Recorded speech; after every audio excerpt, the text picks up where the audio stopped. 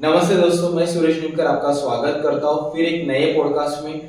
ये जो पॉडकास्ट हम या ये जो डिस्कशन हम कर रहे हैं मेजरली डॉक्यूमेंट्स रिलेटेड जो डाउट्स है पॉलिटेक्निक एडमिशन, वो फिर फर्स्ट ईयर की हो या direct second year polytechnic admission हो, तो इसके बारे में डिस्कस करने में हमारे साथ आज जो सर है हमिद सर एडमिशन इंचार्ज करके वर्क करते हैं गवर्नमेंट पॉलिटेक्निक अमरावती में। सर का काफ़ी अच्छा एक्सपीरियंस है। ऑलरेडी हमने काफ़ी ज़्यादा डिस्कशन और पॉडकास्ट शूट किया, आप जाके देख सकते हो। और साथ ही मैं थैंक यू कहना चाहता हूँ principal sir doctor Atul Borade sir को, जिन्होंने हमें सपोर्ट किया कि आप करिए सर पॉडकास्ट शूट के। काफ़ी अच्छी बात है, बच्चों तक ये इन्फॉर्मेशन जानी चाहिए। So I'm really thankful to Government Polytechnic principal sirs, Hamid sir, teaching and non-teaching staff to supporting such a good way, क्योंकि काफ़ी कम टाइम होता है ऐसा कि इतने बिजी शेड्यूल में टाइम निकाल सके। सो थैंक यू सर, आप हमेशा सपोर्टिव रहते बच्चों के बारे में। Thank you so much. तो सर अभी देखिए मेरे ना डॉक्यूमेंट्स के बारे में हम डिस्कस करते हैं। फर्स्टली मैं डिस्कस करता हूँ, जब बच्चा डॉक्यूमेंट्स के बारे में मुझे भी कमेंट बॉक्स में पूछता है सर वो टोकन जो होता है ना कि एनसेल का टोकन है, कास्ट सर्टिफिकेट का टोकन, उस पर आप कंसिडर करते हो फॉर्म को? नहीं, देखो हमको तो जिस वक्त में बच्चा आता है तो सारे डॉक्यूमेंट चाहिए। ओके। और मैं आपको ये भी बता देता हूँ कि बच्चे टोकन जो रिसिप्ट बोलते हैं उसका टोकन है या रिसिप्ट है हमारे पास, उस पर हम वो केस कंसिडर नहीं करते हैं। हम उसको टाइमिंग ओपन में ही कन्वर्ट करते हैं अगर वो डॉक्यूमेंट अपलोड भी किए।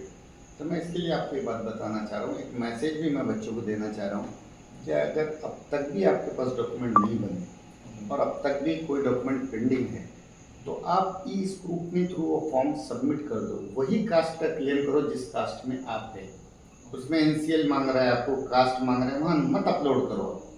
आप अपलोड मत करो, आपका वो क्लेम करो। हमारे पास वो ई स्क्रूटनी में फॉर्म आता है, हम उस फॉर्म को कंफर्म करते हैं और हम वहाँ मेंशन करते हैं कि इसने कास्ट सर्टिफिकेट और एनसीएल अपलोड नहीं किया, तो वो टाइम बिंग फॉर्म कन्वर्ट हो जाता है, उस कैटेगरी से बाहर आता है, लेकिन फॉर्म कंफर्म हो जाता है, तो तुम प्रोसेस में आ गए हो। और जिस वक्त में तुम्हारे पास डॉक्यूमेंट आए आप ग्रीवेंस रेस करके उसमें सबमिट कर सकते हो, फिर से आप कैटेगरी में कन्वर्ट हो जाओगे। तो मैं सारे स्टूडेंट से यही बताना चाहूँगा कि अगर आपके पास कोई डॉक्यूमेंट नहीं है और सिर्फ टीसी और मार्कशीट है, इवन टीसी भी नहीं है, कोई बर्थ सर्टिफिकेट और मार्कशीट है, और तो भी आप फॉर्म ऑनलाइन भर लो, ई स्क्रूटनी मोड सिलेक्ट करके फॉर्म को जाने दो। फॉर्म कंफर्म हो जाएगा, आप प्रोसेस में आ जाओगे और फिर ग्रीवेंस पीरियड तक आप वो डॉक्यूमेंट अपलोड कर सकते हैं। मींस आप कह रहे हो कि प्रोविजनल मेरिट लिस्ट लगने के बाद भी जो ग्रीवेंस रहते तब तक का टाइम है आपके पास। मींस ये जो लास्ट डेट है वो 26 जून है, फिर प्रोविजनल मेरिट लिस्ट हाँ 30 तारीख तक है बच्चों के पास। तो मींस आप फॉर्म फिल कर लीजिए, क्योंकि बहुत टाइम तक बच्चा क्या करते हैं रजिस्टर कर लेता है, बाकी प्रोसेस करता ही नहीं है। तो इससे क्या होगा, आप प्रोसेस से बाहर ही रहोगे, फिर बाहर ही रहोगे। मेरा वही बोलना है कि अभी भी मेरे पास जो रिकॉर्ड है अमरावती डिस्ट्रिक्ट के लिए जितने रजिस्ट्रेशन हुए हैं उसमें अभी भी 400 से 500 बच्चे ऐसे हैं जिन्होंने डॉक्यूमेंट की कमतरता की वजह से फॉर्म सबमिट नहीं किए। तो उनसे मेरी एक यही ये है रिक्वेस्ट है कि तुम अपना फॉर्म जो डॉक्यूमेंट अवेलेबल है उससे भर के छोड़ दो। बस पैसा पे कर दिया तुमने तो फॉर्म हमारे प्रोसेस में आ जाएगा। सेकंड सर डाउट रहता है, हाँ बच्चों का ये डाउट रहता है कि मेरे पास अगर डोमिसाइल नहीं रहा तो उसके अपार्ट में टीसी बर्थ सर्टिफिकेट एलिजिबल है? डोमिसाइल तो हमने डॉक्यूमेंट कंपलसरी किया ही नहीं। एक बात याद रखो, आजकल जो डॉक्यूमेंट आता है डोमिसाइल कम नेशनलिटी। ओके।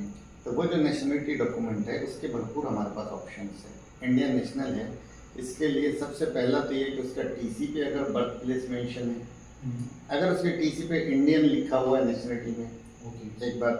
दूसरा बर्थ प्लेस भी मेंशन है हिंदुस्तान में तो कहीं का भी, दूसरा, या उसके पास बर्थ सर्टिफिकेट है, तीसरा।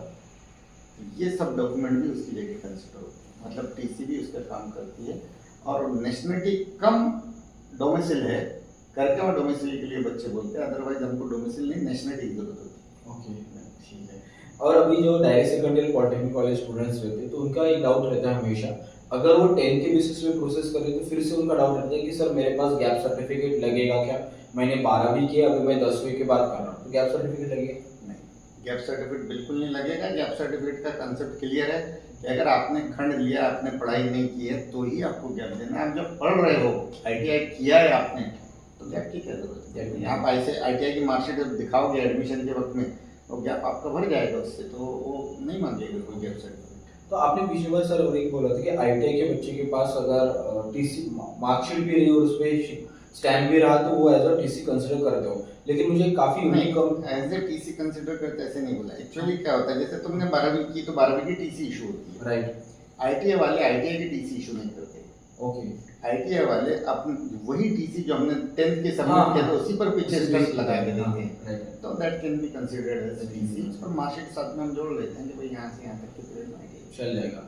और एक थोड़ी यूनिक कमेंट्स आई थी, शायद मैंने पढ़ने में गलती की होगी, लेकिन उसने बोला था कि टीसी पे सिक्का नहीं दिया है, स्टैम्प नहीं दिया है, तो वो जरूर तो भी जरूरी नहीं है। मार्कशीट है उसके पास आईटीआई की, इट प्रूव्स दैट कि वो बंदा आईटीआई वो आया उसका। राइट। और अभी इसमें एक जो डायरेक्ट सेकेंड ईयर बच्चे एडमिशंस लेते हैं तो उनकी जो डॉक्यूमेंट्स रिक्वायरमेंट है या जो फर्स्ट ईयर की वो सेम ही है, उसमें कोई डिफरेंस नहीं है। बिल्कुल सेम है। अभी थोड़ा सा मैं जहाँ तुमने डायरेक्ट सेकंड ईयर की बात की है तो उसके लिए एक मैं और भी बात बताना चाहता हूँ, क्योंकि मैं फर्स्ट ईयर एडमिशन इंचार्ज हूँ। तो ये पीरियड डायरेक्ट सेकंड ईयर का शेड्यूल आज से आ गया है, आज से इसका फॉर्म भरना शुरू हो गया है। लेकिन उसमें मेरे पास बच्चे पिछले महीने से आ रहे हैं। वो एक सबसे बड़ी बात मुझे पूछते हैं कि जो बच्चे अभी अपीयर किए हैं, एग्जाम अपीयर करने वाले हैं, उनकी एग्जाम 15 अगस्त के बाद होनी है 25, वो आते हैं कि हम फॉर्म भर सकते हैं क्या? जब तक आप आईटीआई मार्कशीट जब तक अवेलेबल नहीं होती तब तक तो आप एलिजिबल ही नहीं है। मार्कशीट क्योंकि हमारा बेस ही मार्कशीट है परसेंटेज पर। तो इस साल जिन लोगों ने अब एग्जाम अपीयर करने वाले हैं वो तो अभी उसके लिए एलिजिबल नहीं होंगे। जो पिछले साल पास आउट हो गए वो होते हैं। हाँ, अगर ये प्रोसेस चलते चलते इतना डिले हो गया, जैसे कोरोना काल में वो सितंबर तक गया प्रोसेस, तब तक रिजल्ट्स आ गए और रिजल्ट्स आने के बाद काउंसलिंग राउंड के वक्त में हमारे पास कैसा है कि प्रोसेस लास्ट डे तक हम ऑप्शन फॉर्म भरने की भी वो रखते हैं, प्रोसेस स्टार्ट डेट्स रहेंगे कि तुम आज के डेट में लास्ट डेट है, आज भी तुम नॉन कैप में फॉर्म भरो और एडमिशन लो। अगर कहीं वैकेंसी है तो बच्चों के लिए खुला रहता है प्लेटफॉर्म और उसका पोर्टल खुला रहता है। तो कहीं ऐसा हो जाए कि 15 अगस्त के बाद डेट एक्सटेंड हो जाए और तब तक आपका रिजल्ट आ जाए, तो आप बस उसी कंडीशन में वो लास्ट राउंड के लिए कहीं एलिजिबल बन जाते हो। वो भी मतलब बहुत मुश्किल केस होता है। लेकिन अभी अगर किसी को डायरेक्ट सेकंड ईयर में एडमिशन लेना है तो उसने आईटीआई 2024 में पास होना चाहिए। और एक बात सर, जैसे अभी ये जो प्रोसेस है डायरेक्ट सेकंड ईयर पॉलिटेक्निक, ये भी थोड़ी लेट ही चालू हुई इस बार। तो बच्चे ने कहीं ना कहीं क्या किया, हड़बड़ी में फर्स्ट ईयर की प्रोसेस चालू कर दी, मींस 10th के बेसिस पे रजिस्ट्रेशन कर लिया। अब मुझे कल से कमेंट्स आ रहे थे कि सर अब 12वीं की भी प्रोसेस चालू हो गई और जल्दी हो गई, तो वो दोनों प्रोसेस साइमल्टेनियसली कर सकते हैं। बिल्कुल, बल्कि मेरा सजेशन यही होता है बच्चों से कि आप फर्स्ट ईयर की प्रोसेस भी करो और अल्टीमेट अगर टारगेट आपका इंजीनियरिंग है, राइट, तो आपको डायरेक्ट सेकंड ईयर की भी प्रोसेस करना है। लेट होती है भले, वजह क्या है उसकी? जैसे मेरे पास कंप्यूटर की 60 सीट्स है फर्स्ट ईयर को, तो मुझे सेकंड ईयर में 6 सीट्स ही होती है, 10%। अब 6 सीट्स में भी मेरे पास डिस्ट्रीब्यूशन है। वो सीट्स जाएगी 12वीं साइंस को, आईटीआई को, एमसीवीसी को, जो भी जितने भी ऑप्शंस हैं।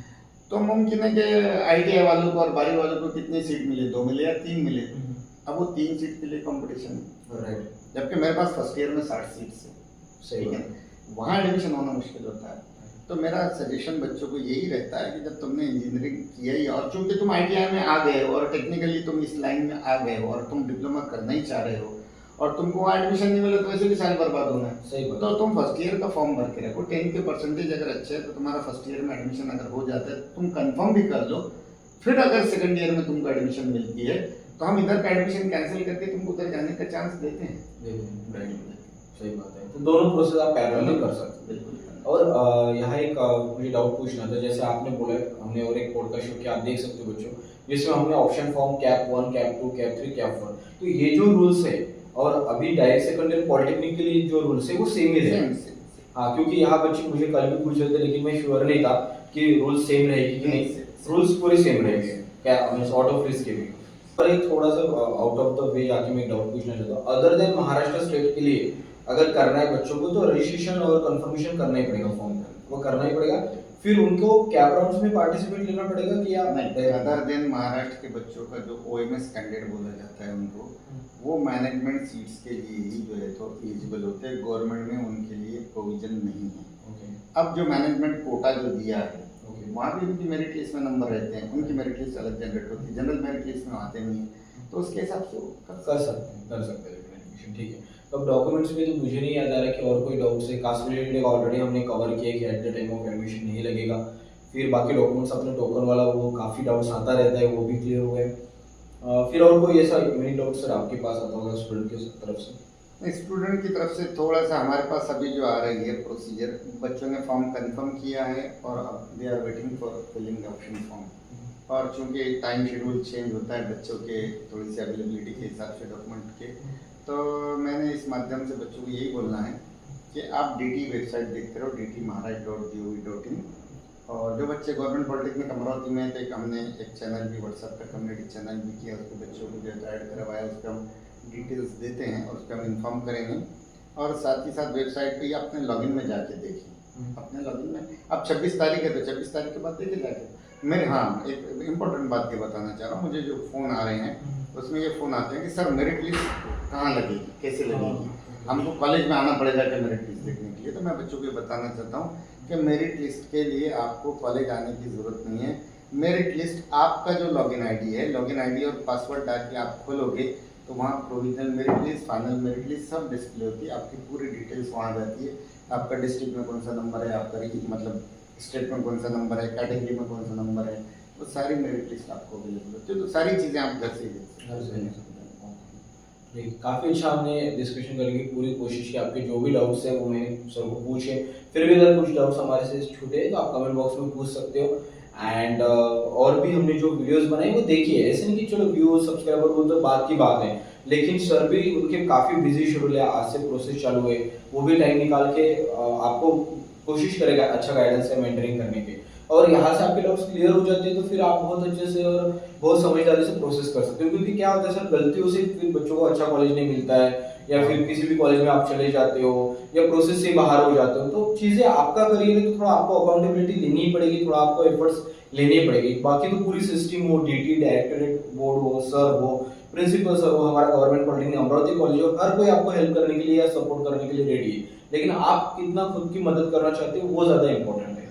सो wish you all the best for your admission process, आपको एक अच्छा कॉलेज मिले। And thank you so much to Amit sir and principal doctor Atul Borade sir कि जिन्होंने हमें सपोर्ट और कोऑपरेशन किया पॉडकास्ट शूट करने के लिए। And thank you so much. Thank you sir.